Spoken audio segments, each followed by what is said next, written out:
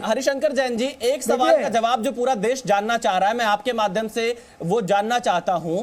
अगर धार्मिक स्वरूप का निर्धारण कैसे होगा? क्या एएसआई सर्वे की जो रिपोर्ट आएगी वो धार्मिक स्वरूप के निर्धारण के लिए एक महत्वपूर्ण कड़ी साबित होगी? हरिशंकर जैन जी। जी बिल्कुल सही कह रहे हैं। जो एएसआई रिपोर्ट आएगी और उसमें जो चीज़ें मिलेंगी और उससे जो आयु का निर्धारण होगा, उससे उस बिल्डिंग का धार्मिक स्वरूप क्या है वो समझने में सहायता मिलेगी और हम अपना केस प्रूव कर पाएंगे। और इसीलिए धार्मिक स्वरूप तय न होने पाए मुस्लिम पक्ष सर्वे का अपोज कर रहा है। नंबर 2 बात, एक बात मेरी कार्तिक में कहना चाह रहा हूँ, जो सर्वे में बड़े बड़े खुलासे होंगे और मुस्लिम पक्ष ने जितनी चोरी की है, चीज़ें दबा के हिंदुओं की रखी है, सामने आएगी, सामने आ रही है।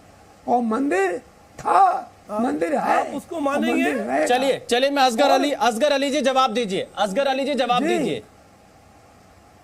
देखिए इन्होंने मुझे असगर बहुत डिस्टर्ब किया है, बहुत डिस्टर्ब किया। अभी हमारे मोहतरम जैन साहब ने बता दिया सर्वे का कोई भी नतीजा है हो, लेकिन मोहतरम जैन साहब ने बता दिया, बल्कि कोर्ट के ऑर्डर से पहले ऑर्डर सुना दिया कि मंदिर है और मंदिर ही रहेगा। और यही इनकी जिद थी बाबरी मस्जिद के वक्त में, लिहाजा उस सबने हाथ करके उस बात को, जब सर्वे ने कहा था, सर्वे ने कहा, सुनिए जैन साहब एक मिनट, आप बुजुर्ग हैं, बुजुर्ग है, बात सुनिए। एक आप सुन लीजिए, आप गलत बयान, आप बुजुर्ग हैं, गलत बयान काम मत लीजिए।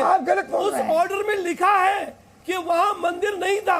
सर्वे की रिपोर्ट आप लोगों को चाहिए था, आप कहते अगर मंदिर नहीं था तो हम नहीं लेते, फिर मंदिर रहने दीजिए। आपने नहीं कहा मंदिर नहीं था, तो आपने कहा आस्था पे ले लेते हैं। चलो ले लिया, आस्था तो सभी की है, आस्था हमारी भी है, आस्था आपकी भी है, लेकिन सारे हिंदुस्तान के पूरी दुनिया के मुसलमान उन्होंने कहा आपकी आस्था है, चलिए आपको दी। और आज सब कुछ आज भी मानते हैं और इज्जत करते हैं। हम तमाम धार्मिक स्थलों की इज्जत करते हैं, आपको भी चाहिए आप इज्जत करें। जहाँ 600 सालों से नमाज हो रही थी, इससे पहले बाबरी मस्जिद के वक्त में सारे मुसलमानों ने कहा ठीक है साहब, मंदिर बनना चाहिए, राम मंदिर हजारों साल से आपको कहना चाहिए, इस वक्त आपको कहना चाहिए कि भाई चलो 600 सालों से नमाज हो रही है, चलिए ठीक है, इसको मस्जिद रहने दीजिए। उसका ढांचा देखिए, उसका आकार देखिए। आप अपनी बात फूल को त्रिशूल कहते हैं, हजारों साल। हम इसीलिए तो कह रहे हैं ना, देखिए असगर अली साहब, हरिशंकर जैन जी, इसीलिए तो एएसआई वहां पर सर्वे कर रही, कम से कम पता चल जाए कि धार्मिक स्वरूप क्या है, उसका निर्धारण हो जाए। खैर मैं धर्मेंद्र राय के पास चलता हूं। धर्मेंद्र राय जी असदुद्दीन ओवैसी कह रहे हैं कि अब जब एएसआई की रिपोर्ट आएगी तो बीजेपी आरएसएस एक नैरेटिव सेट करेगी, और इलाहाबाद हाईकोर्ट के फैसले से पहले यूपी के मुख्यमंत्री ने एक नैरेटिव सेट कर दिया। क्या कहना चाहेंगे? ये क्या डराने वाला, भड़काने वाला, ये कैसा बयान है? देखिए माननीय मुख्यमंत्री जी ने देश के करोड़ों जनता की भावनाओं को प्रकट किया है, और बात यहाँ यह है कि वह मंदिर है कि मस्जिद, उन्होंने पहली बार आग्रहपूर्वक कहा है कि इसको मस्जिद नाम कदापि न दें। प्रश्न यह है कि यह काशी है, काशी अनादिकाल से है, ये हमारे सारे मुस्लिम भाइयों को भी समझना चाहिए। वो प्रकृति हैं, हम शिव को साक्षात प्रकृति मानते हैं। सत्यम शिवम सुंदरम, सत्य ही शिव है, शिव ही सुंदर है। अगर काशी में बाबा विश्वनाथ की आराधना नहीं होगी, काशी में अगर बाबा विश्वनाथ की पूजा नहीं होगी, तो दुनिया में कहाँ होगी? यह तो काशी के लोगों की सहिष्णुता है, देश के सनातन धर्मियों की सहिष्णुता है कि 91 में वह मस्जिद में पूजा नमाज अदा करते थे, किसी को एतराज नहीं था, किसी को आपत्ति नहीं। भावनाएं तब कुचल दी गई जब 91 में श्रृंगार गौरी पृष्ठभाग में वहां पूजा होती थी, रोक दिया गया। कांग्रेस ने उसके पहले 47 या उसके पहले से 47 जब देश आजाद हुआ है, उसके बाद से हिंदुओं की भावनाओं को जिस तरह से कुचला गया है, तुष्टीकरण की राजनीति के चलते जिस तरह से हमारे धार्मिक भावनाओं को कुचला गया है, ये उसका सीधा सीधा उदाहरण है। आप काशी में आएंगे, जो लोग बैठे हैं पैनल में, मैं कह रहा हूं आपसे, आपको आमंत्रित करता हूं, आप काशी में आइए, आपको किसी सर्वे की आवश्यकता भी नहीं पड़ेगी, आपको किसी अंदर वहां ज्ञानपापी में जाने की जरूरत भी नहीं पड़ेगी। पूरा पृष्ठभाग जिनकी दृष्टि है वो आकर के देखें कि किस तरह के मंदिर के पृष्ठभाग में मां श्रृंगार गौरी विराजती है। काशी में 9 गौरी की पूजा का विधान है। हम नवरात्र के दिन में वहां पूजा करते आते थे हमेशा सदियों से। चलिए मैं फिर आता हूं आपके पास धर्मेंद्र जी, राशिद शरीफ के पास जाऊं उससे पहले मैं प्रोफेसर संगीत रागी से एक सवाल पूछता हूं। प्रोफेसर संगीत रागी जी, आपको सुनना था, आप सुप्रीम कोर्ट को नहीं मानेंगे, आप हाई कोर्ट को नहीं मानेंगे, हमारी धार्मिक भावना को नहीं मानेंगे, हम कितने दिनों तक। चलिए धर्मेंद्र जी आपने अपनी बात रखी, मैं आपके पास फिर वापस आऊंगा। नहीं देखिए मामला कोर्ट में चल रहा है, कोर्ट से पहले कोई ऑर्डर नहीं दे सकता। आप लोग अपने अपने निजी विचार यहाँ पर रख रहे हैं, ये मैं स्पष्ट कर देता हूँ। फिलहाल मैं प्रोफेसर संगीत रागी के पास चलता हूँ, उसके बाद राशिद शरीफ के पास जाऊंगा। संगीत रागी जी, मुस्लिम पक्ष लगातार जो पैनलिस्ट यहाँ पर हैं या इससे पहले भी आपने सुना होगा, वो ये कह रहे हैं कि 600 सालों से नमाज हो रही है, लेकिन हिंदू पक्ष कह रहा है कि हजारों वर्षों से वहां पर पूजा होती रही है, बाबा विश्वेश्वर वहां पर विराजमान रहे हैं। कैसे धार्मिक स्वरूप का निर्धारण होगा?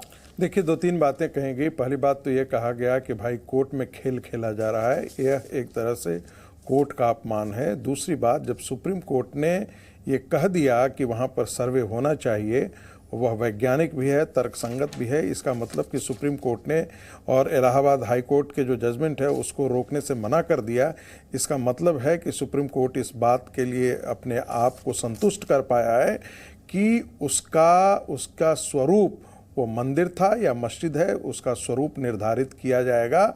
यानी कि जो मस्जिद पक्ष दावा करता है कि ये पहले से है, हमारा इस पर दावा है, उसको एक तरह से सुप्रीम कोर्ट ने खारिज कर दिया है और इस बात के लिए तय किया है कि भाई इसका ये कौन सा स्वरूप है, इसका सच सामने आना चाहिए। दूसरी बात कहा गया कि भाई 600, ये हमारे लिए ये राजनीतिक है। ये राजनीतिक आपके लिए हो सकता है, यह करोड़ों हिंदुओं के आराध्य भगवान शंकर का विश्वेश्वर मंदिर है। इसलिए आप तो जब आक्रांता आए और वो इस्लाम के मानने वाले थे, उनकी नियति में ही बर्बरता थी और उन्होंने यहाँ के जितने मंदिर हैं सभी को ध्वंस किया। कोई अकेला वो मंदिर है ऐसा नहीं है, वो हजारों मंदिरों को, जहाँ जहाँ इस्लाम को मानने वालों की सेनाएं गई, उन सारे ने दूसरे तीर्थस्थलों को ध्वस्त किया। उसमें विश्वेश्वर मंदिर भी था। और ये तो कहा जाता था अयोध्या के बारे में कि आप तर्क दीजिए, आप प्रमाण दीजिए। यहाँ तो खुद लिखी हुई इबारत है वहाँ पे कि हमने 1669 ईस्वी में इस फरमान के तहत मंदिर को ध्वस्त किया गया। तीसरी बात, मुस्लिम पक्ष डरता इसलिए है क्योंकि उसको लगता है कि जब सच आएगा तो हिंदू समाज अपने आराध्य के मंदिर के स्वरूप को पुनः प्राप्त करेगा। ये इनको डर ये लगता है। देखिए यही असदुद्दीन ओवैसी कह रहे हैं कि आप लोग नैरेटिव सेट करना चाह रहे हैं एक बात रिपोर्ट के सहारे। विशाल जी एक बात मुझे बताइए, इस देश का विभाजन हुआ, मुसलमानों के लिए एक अलग देश पाकिस्तान मिला, हिंदुओं को क्या मिला? हिंदुओं को जो तोड़े हुए बर्बर इस्लामिक आक्रांताओं के द्वारा तोड़े गए मंदिरों को भी यदि हिंदू समाज नहीं प्राप्त करे तो उसे क्या मिला? इस विभाजन का दंगे आज भी हो रहे हैं। इस्लामिक एजेंडा पहले भी था, आजादी से पहले भी था, बाद में भी है। और इसमें गलत क्या है? यदि हमारे तोड़े गए मंदिरों को पुनः प्राप्त करने के लिए हिंदू समाज अलग आता है, आंदोलन करता है, कानून की लड़ाई लड़ता है, ये तो हमारे हिंदू साधुओं के बस 10 सेकंड में अपनी बात करूंगा। अयोध्या, काशी और मथुरा ये किसी संगठन का संकल्प नहीं था, यह हिंदू समाज और हिंदू संतों का संकल्प था कि 40,000 मंदिर हमारे तोड़े गए हैं, आप कम से कम 3 हमारे जो प्रमुख आराध्य हैं उन मंदिरों को आप हमें लौटा दीजिए। लेकिन मुस्लिम समाज का जिद है क्योंकि वो अपने आप को भी उसी बर्बर आक्रांताओं, औरंगजेब, बाबर के साथ अपने आप को वो जोड़ करके रखते हैं। यही उनकी चलिए